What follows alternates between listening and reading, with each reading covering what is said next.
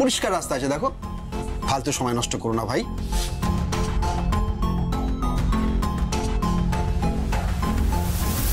কি আর করবো, গরিবের ফায়দা নিচ্ছেন আর কি।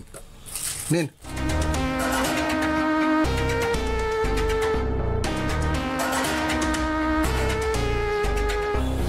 বসো, দিচ্ছি।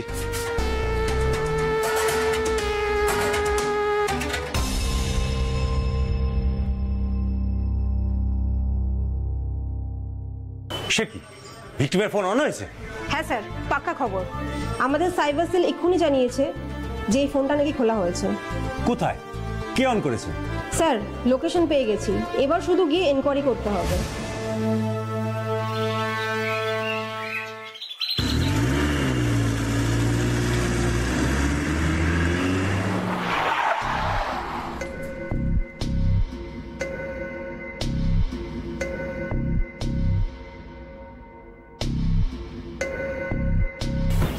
দোকানে কেউ আছেন? একটু বাইরে আসুন তো।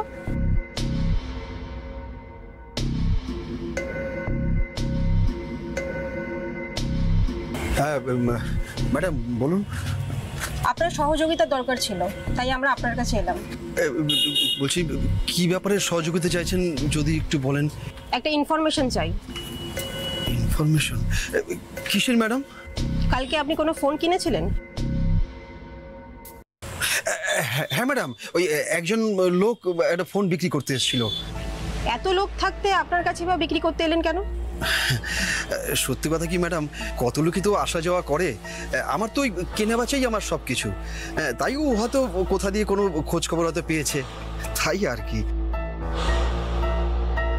আচ্ছা দেখুন তো, এই লোকটা কি না?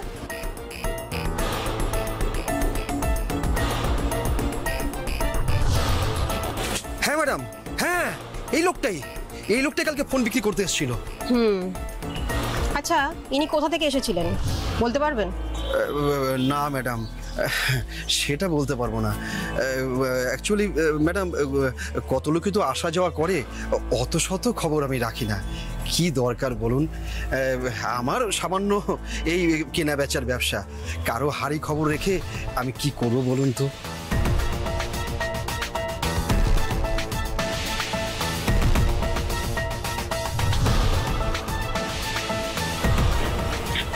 হ্যালো, হ্যাঁ ওকে, ঠিক আছে, আমি এক্ষুনি আসছি। Thank you.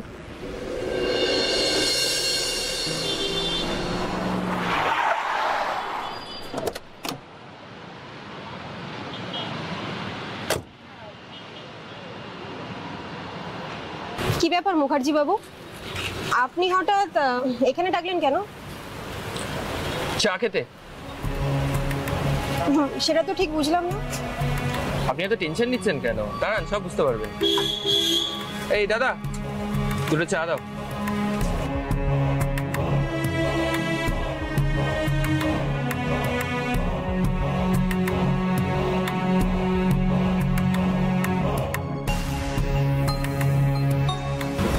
Thank you. কি ব্যাপার, হঠাৎ করে শুধু চা? মিষ্টি কই? ওয়েলকাম স্যার, তিনবার ওয়েলকাম। মানে এসব কি হচ্ছে মুখার্জি বাবু? ম্যাডাম কিছু বুঝতে পারছেন না, একটু বোঝানো না। ম্যাডাম, আপনারা আসলাম। হোটেল স্টার 2 এর 33 নম্বর রুমে আছেন।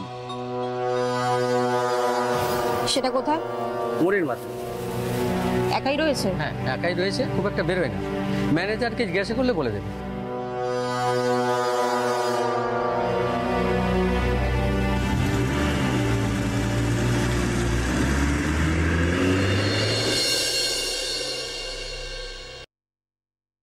ম্যাডাম, কিছু হয়েছে? হ্যাঁ,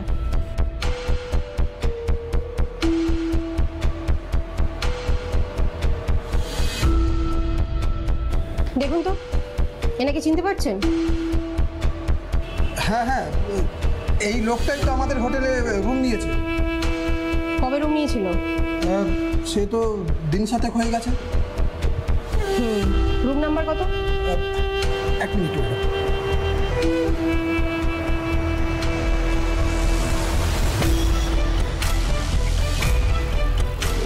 33। কি নামে আছে? আসলাম? আসলাম না, মোহাম্মদ ইরশাদ। আচ্ছা, এখন কেউ ঘরে আছে? না, বেরিয়েছে, তবে এখনই ফিরবে বোধ হয়।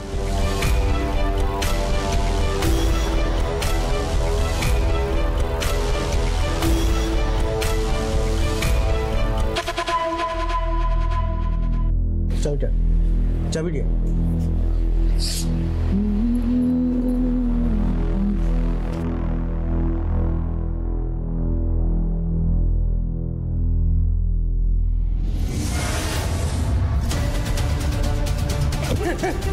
কি এসব কি হচ্ছে কি? ছাড়ুন।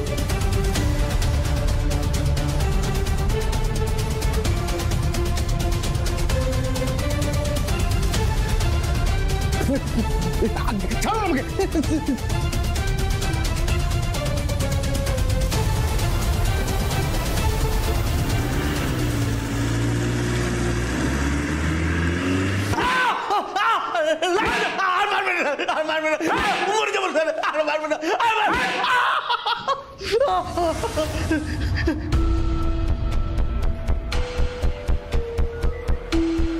মোহাম্মদ ইরশাদ, আর কত নাম ভাড়ামি করবি?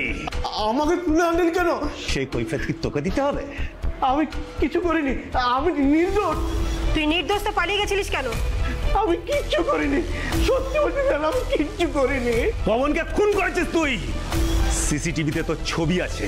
খুন করে পবনের মোবাইল নিয়ে গেছিস, সেটাকে বিক্রি করে ধরা পড়ে গেছিস, এখনো বলবি তুই নির্দোষ? আমি কাউকে খুন করিনি, সত্যি বলছি, আমারও বলছি, আমি কাউকে খুন করিনি। তুই দাগি আসামি। তোর ছবি আর আঙুলের ছাপ কিন্তু আমাদের ডেটাবেসে আছে। সেই একই আঙুলের ছাপ কিন্তু আমরা ফ্ল্যাটের মধ্যে বেডরুমের যে মূর্তিটা ছিল সেখানে পেয়েছি, এমনকি সদর দরজার হাতেলেও কিন্তু পাওয়া গেছে। তাই মিথ্যে বলে কোনো লাভ নেই আসলাম। তোর বেঁচে থাকার সমস্ত রাস্তা কিন্তু বন্ধ হয়ে গেছে।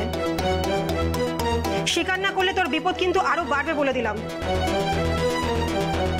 কেঁদে কোনো লাভ নেই। বল পবনকে কেন মেরেছিস, বল বল। আমাকে সুপারি দিয়েছিল। সুপারি দিয়েছিল? কে সুপারি দিয়েছিল? জানি না, সেটা জানি না। সুপারি নিয়েছিলি আর কে দিয়েছিল সেটা মনে নয়? চ্যাংড়ামি হচ্ছে, আমাদের কি বোকা মনে হয়? সত্যি বলছি স্যার, বিশ্বাস করুন। একদিন আমার মোবাইলে